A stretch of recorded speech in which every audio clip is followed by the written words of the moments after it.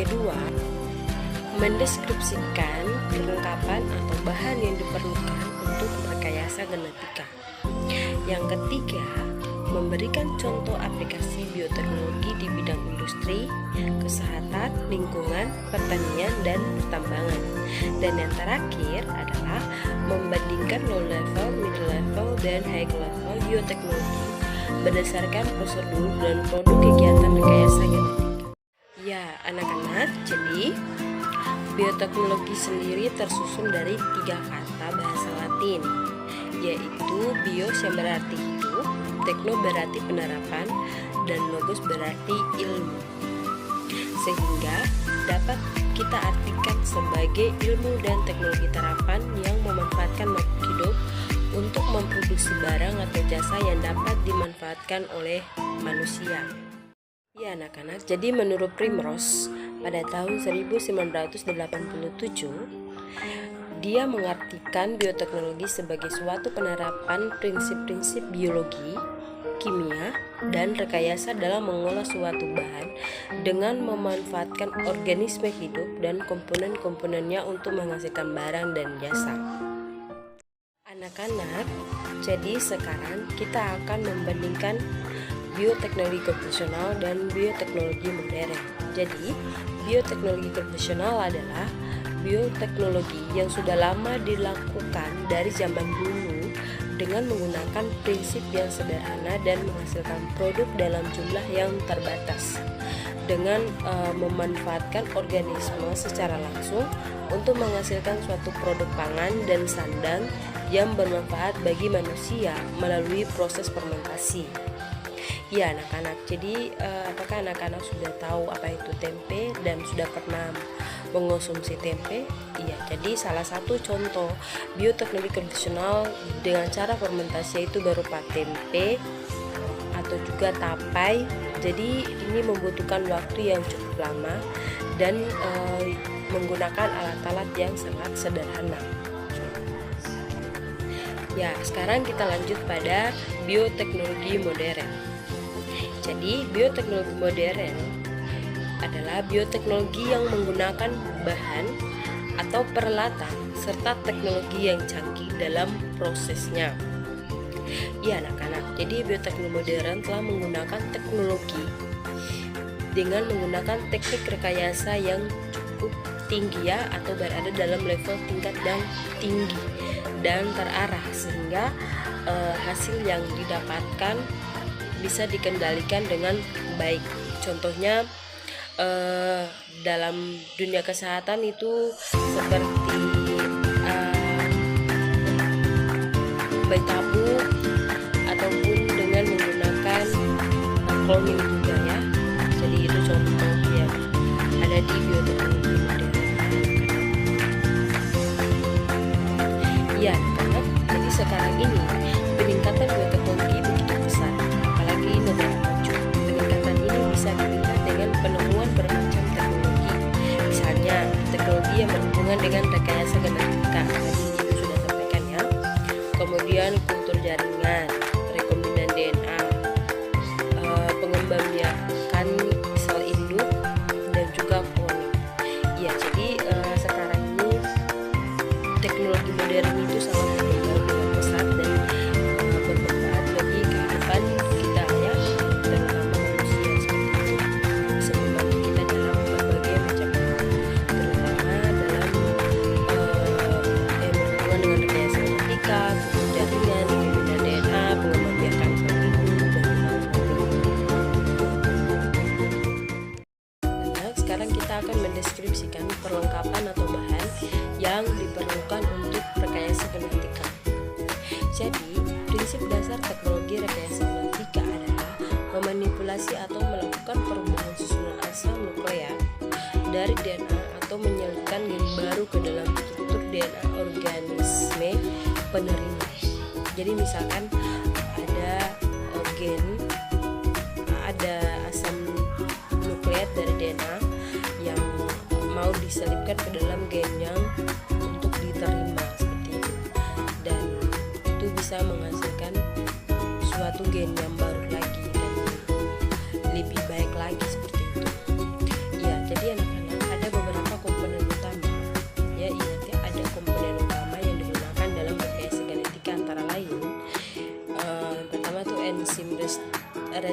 reaksi endoknulease, yang kedua itu enzim ligase, yang ketiga keterponing, dan yang keempat itu sel inang. Iya anak-anak, sekarang kita lanjut pada memberikan contoh aplikasi bioteknologi di bidang industri, kesehatan, lingkungan, pertanian, dan pertambangan. Oke anak-anak, kalau di bidang industri itu penerapan dan pengembangan bioteknologi dalam bidang industri merupakan proses pemanfaatan organisme seperti bakteri, virus, fungi.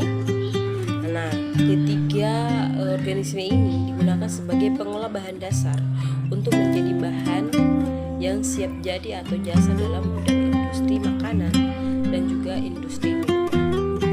Contohnya ada tua, ada tape, seperti yang tadi Ibu bilang untuk fermentasi tape ya. Kemudian penerapan bioteknologi di bidang kesehatan. Jadi bioteknologi dalam bidang kesehatan memberikan kesempatan dalam pemecahan masalah, yaitu mendiagnosa atau mendeskripsikan, mencegah, serta mengobati berbagai penyakit termasuk penyakit genetis. Contohnya antibiotik adalah substansi kimiawi yang umumnya digunakan untuk mengobati infeksi dari bakteri. Yang berikut itu ada vaksin juga ya. Jadi vaksin merupakan bahan antigenik yang digunakan untuk kekebalan terhadap suatu penyakit yang biasanya mengandung virus atau mikroorganisme yang telah dimatikan atau dilemahkan. Contohnya yang baru-baru kita alami yaitu virus corona yang menyebabkan semua orang diwajibkan untuk melakukan suntik vaksin. Oke anak-anak, sekarang kita lanjut pada poin yang berikut, yaitu penerapan bioteknologi di bidang lingkungan. Dalam bidang lingkungan mempunyai peran penting dalam pemanfaatan lingkungan. Contohnya, bioremediasi adalah cara pemulihan kondisi lingkungan dari kondisi yang tercemar hingga mencapai standar tertentu dengan menggunakan agen makhluk hidup. Bioremediasi dapat dilakukan untuk mengatasi pencemaran lingkungan, baik pencemaran air, tanah maupun udara. Ya, jadi anak-anak, bioteknologi ini sangat bermanfaat ya bagi kehidupan manusia, terutama di bidang kesehatan maupun di bidang lingkungan, bidang pertanian, industri, dan lain-lain. Oke, sekarang kita lanjut pada bidang pertanian. Di bidang pertanian meliputi tiga bidang utama ya, yaitu penggunaan metode pembiakan kultur jaringan, penggunaan pendanaan molekul, dan rekayasa genetika untuk memproduksi tanaman transgenik. Pendanaan molekul dapat digunakan untuk mendukung kegiatan pemulihan dan konservasi sumber daya genetik.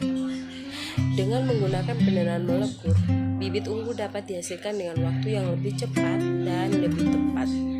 Penerapan teknik pendanaan molekul juga sangat penting dalam konservasi sumber daya genetik.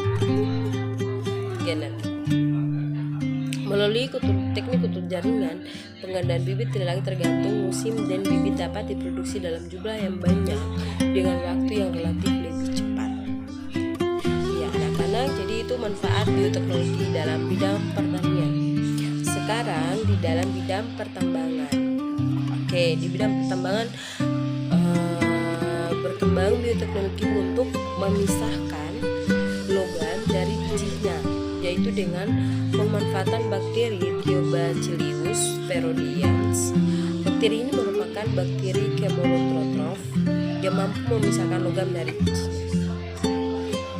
Energi yang digunakan Thiobacillus sphaeroides dalam memisahkan logam dari bijinya berasal dari hasil oksidasi senyawa anorganik, khususnya senyawa besi dan belerang. Oke anak-anak, sampai di sini bisa paham? Oke anak-anak, jadi kita lanjut ya pada materi yang berikut, yaitu membandingkan low level, middle level, dan high level. Ya, jadi yang pertama itu low level. Jadi low level adalah bioteknologi kelas rendah yang berupa kawin silang atau fermentasi yang dilakukan secara tradisional dan skala kecil. Ya,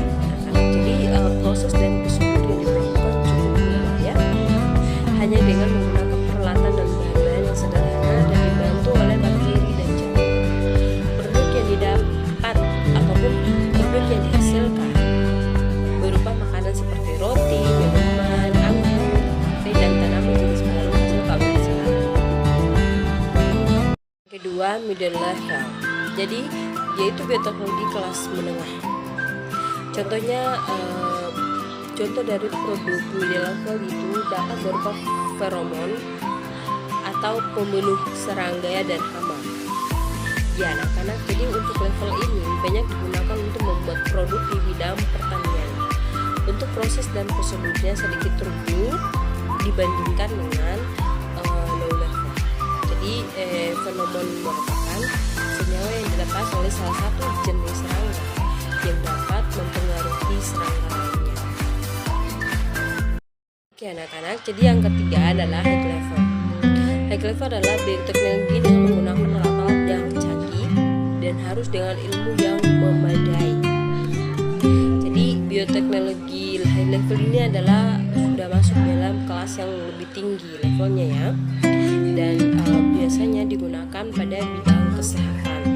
Salah satu produknya adalah cloning dan juga backup, dan proses atau prosedurnya sangat rumit dengan angka kegagalan yang bisa diminimalisir. Selain itu membutuhkan